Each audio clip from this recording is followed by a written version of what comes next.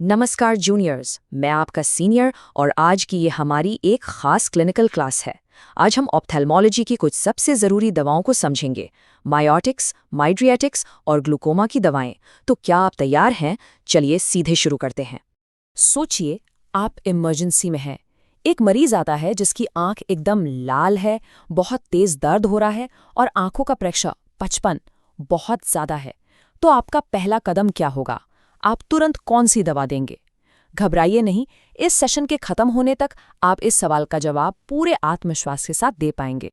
तो आज का हमारा रोड मैप क्या है? हम बेसिक्स से शुरू करेंगे, फिर मायोटिक्स को समझेंगे जो पुतली को सिकोड़ती हैं, फिर माइड्रियाटिक्स जो उसे फैलाती हैं, और फिर सबसे ज़रूरी टॉपिक ग्लूकोमा। हम इनकी तुलना करेंगे, इनकी सेफ्टी पर बात करेंगे, और हाँ, मैं आपको आपके एग्जाम के लिए कुछ खास बातें भी बताऊंगा। सब कुछ बहुत आसान होने वाला है। ठीक है, तो पहले सेक्शन से शुरुआत करते हैं। एकदम बेसिक बातें। देखिए, किसी भी फील्ड में अगर आपके फंडामेंटल्स मजबूत नहीं है तो आगे जाकर मुश्किल होगी। ये दवाएं आपके सबसे ज़रूरी औजार है। इनका सही इस्तेमाल करना सिर्फ एग्जाम पास करने के लिए नहीं, बल्कि मरीज की सुरक्षा के लिए ज़रूरी है। तो चलिए एक मजबूत नींव बनाते हैं। तो ये ऑफ्थाल्मिक ड्रग्स यानी आंखों की दवाएं आखिर है क्या? सीधी सी बात है, ये वो खास दवाएं हैं जो सीधे आंख पर काम करती हैं। ये आंख के अंदर के हिस्सों जैसे आइरिस, सिलियरी बॉडी और आंख के अंदर के तरल यानी एक्वस ह्यूमर पर असर डालती हैं। हम इन्हें हर काम के लिए इस्तेमाल करते हैं, एक आम जांच से लेकर गंभीर बीमारियों के इलाज तक। अब बात करते हैं हमारी पहली तरह की दवाओं की, मायोटिक्स। जैसा कि नाम से ही पता चल रहा है, इनका काम है आंख की पुतली को सिकोड़ना यानी छोटा करना। पर सवाल यह है कि हमें ऐसा करने की जरूरत ही क्यों पड़ती है? इसका असल मकसद क्या है? चलिए इसी को समझते हैं।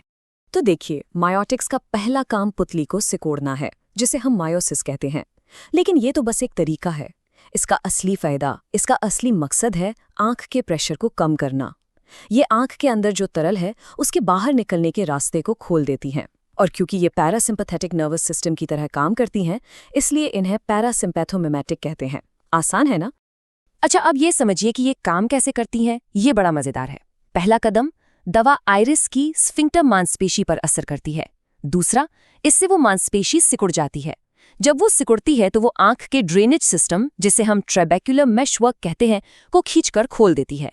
और बस जैसे ही ये नाली खुलती है, तरल बाहर निकलने लगता है और आंख का प्रेशर नीचे आ जाता है। इस ग्रुप की जो सबसे मशहूर दवा है, जिसे आपको हर हाल में याद रखना है, वो है पाइलोकार्बिन। ये एक क्लासिक दवा है। इसकी डोज आमतौर पर 1 से 4% की होती है और इसे दिन में 3 से 4 बार डालना होता है। इसका मुख्य इस्तेमाल कहाँ होता है? ग्लूकोमा में, और कभी-कभी आंख की जांच के बाद फैली हुई पुतली को वापस नॉर्मल करने के लिए। ओके, सब लोग ध्यान से सुनिए। ये एक बहुत बहुत ज़रूरी सेफ्टी अलर्ट है, एक ऐसा नियम जिसे कभी नहीं तोड़ना। यूवाइटिस के मरीज में मायोटिक्स कभी इस्तेमाल नहीं करनी है, और अगर किसी मरीज को अस्थमा यानी दमे की बीमारी है तो बहुत ज़्यादा सावधानी बरतनी होगी। क्यों? क्योंकि अगर दवा खून में चली गई तो ये सांस की नली को सिकोड़ सकती है और मरीज को दमे का अटैक आ सकता है। हमेशा हमेशा मरीज की हिस्ट्री ज़रूर पूछें। चलिए अब कहानी को बिल्कुल पलट देते हैं और बात करते हैं मायोटिक्स से एकदम उल्टी दवाओं की, माइड्रियाटिक्स। इनका काम है पुतली को फैलाना यानी बड़ा करना। ये हम क्लिनिक में हर रोज करते हैं, है ना?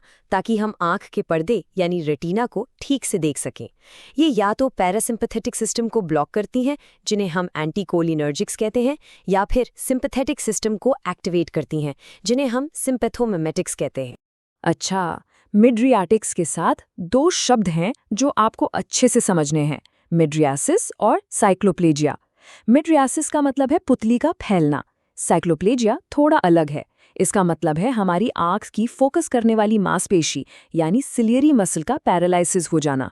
ज्यादातर मिड्रियाटिक्स दोनों काम करते हैं, और यही वजह है कि ड्रॉप्स डालने के बाद मरीज कहते हैं कि उन्हें पास का धुंधला दिख रहा है। ये साइक्लोप्लेजिया की वजह से होता है। चलिए अब 2 सबसे आम दवाओं की तुलना करते हैं। एक तरफ है एट्रोपिन। ये इस ग्रुप का पावर हाउस है। इसका असर बहुत लंबा होता है। हम बात कर रहे हैं 7 से 10 दिन की। इसीलिए इसे हम यूवाइटिस जैसी गंभीर बीमारियों में या बच्चों के चश्मे का पक्का नंबर निकालने के लिए इस्तेमाल करते हैं। दूसरी तरफ है ट्रोपिकामाइड। ये हमारे डेली क्लिनिक का हीरो है। इसका असर सिर्फ 4 से 6 घंटे रहता है, जो कि एक रूटीन जांच के लिए बिल्कुल परफेक्ट है। एक जूनियर डॉक्टर के तौर पर आप इन दवाओं को कब इस्तेमाल करेंगे? 4 मुख्य हालात में। पहला, लगभग हर रेटिना जांच के लिए। दूसरा, मोतियाबिंद जैसी सर्जरी से पहले। तीसरा, बच्चों के चश्मे का नंबर निकालने के लिए। और चौथा, यूवाइटिस में, ताकि आइरिस लेंस से चिपक ना जाए।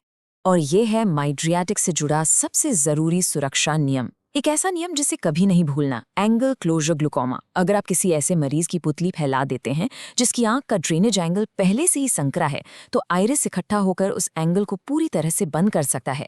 इससे आंख का प्रेशर अचानक बहुत ज़्यादा बढ़ जाएगा। ये एक इमरजेंसी है जो हमारी वजह से हो सकती है, तो हमेशा सावधान रहें। ठीक है, अब आते हैं सबसे बड़े टॉपिक पर, ग्लूकोमा, जिसे मरीज काला मोतिया कहते हैं। जब हम ग्लूकोमा से लड़ते हैं तो हमारा सिर्फ एक ही मकसद होता है, आंख के अंदर के दबाव यानी इंट्राऑक्यूलर प्रेशर को कम करना। बस हम जो कुछ भी करते हैं वो इसी प्रेशर को कम करने के लिए करते हैं, ताकि नज़र की नस बची रहे। आंख का प्रेशर कम करने के 2 ही तरीके हैं। सोचिए कि आंख एक सिंक की तरह है। एक नल है जो पानी बना रहा है और एक नाली है जो उसे बाहर निकाल रही है। पहली स्ट्रैटेजी, नल को धीमा कर दो, यानी तरल बनने की रफ्तार कम कर दो। बीटा ब्लॉकर्स जैसे टिमोलॉल यही काम करते हैं। दूसरी स्ट्रैटेजी, नाली को साफ कर दो, यानी तरल के बाहर निकलने का रास्ता बढ़ा दो। मायोटिक्स और प्रोस्टाग्लैंडिन एनालॉग्स यही करते हैं। ग्लूकोमा की हर दवा इन 2 में से एक ही सिद्धांत पर काम करती है। अब बात करते हैं टिमोलॉल की। ये एक बीटा ब्लॉकर है और ग्लूकोमा के इलाज में अक्सर पहली दवा यही होती है। इसका काम है उस नल को धीमा करना, यानी तरल का उत्पादन कम करना। लेकिन यहाँ एक बहुत ज़रूरी चेतावनी है जो आपके एग्जाम और प्रैक्टिस दोनों के लिए अहम है।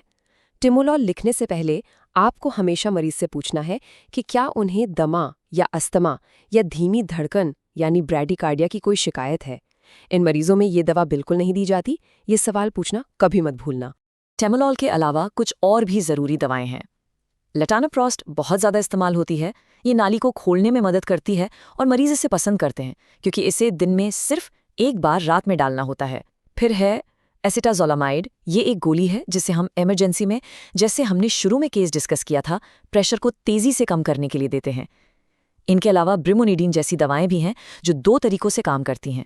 चलिए, अब तक हमने जो कुछ भी सीखा है उसे फटाफट रिवाइज कर लेते हैं। इसे आप अपने वार्ड राउंड के लिए एक क्विक रेफरेंस गाइड समझ सकते हैं। ये टेबल आपको एक नज़र में सब कुछ याद दिला देगी। मायोटिक्स जैसे पाइलोकार्पिन पुतली सिकोड़ती हैं और प्रेशर कम करती हैं।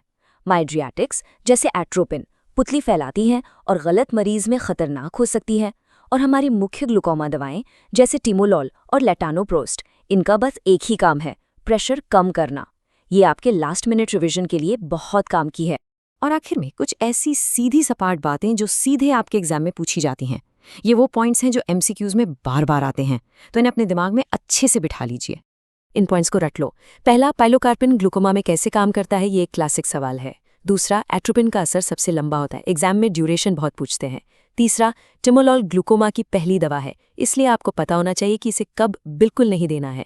और चौथा, लेटानोप्रोस्ट अपनी दिन में एक बार की डोज के लिए मशहूर है। समझ गए? ये आपके गोल्डन पॉइंट्स हैं। तो मैं आपको इसी सवाल के साथ छोड़कर जा रहा हूँ। ये जानना कि दवा कब नहीं देनी है उतना ही ज़रूरी है जितना ये जानना कि कब देनी है। तो सोचिए, मरीज की हिस्ट्री में ऐसी कौन सी बात होगी जो आपको बीटा ब्लॉकर लिखने से तुरंत रोक देगी। इस सवाल का जवाब ही आज की हमारी क्लास का सबसे बड़ा सबक है। हमेशा मरीज की सुरक्षा को पहले रखें। सीखते रहिए और सुरक्षित प्रैक्टिस कीजिए।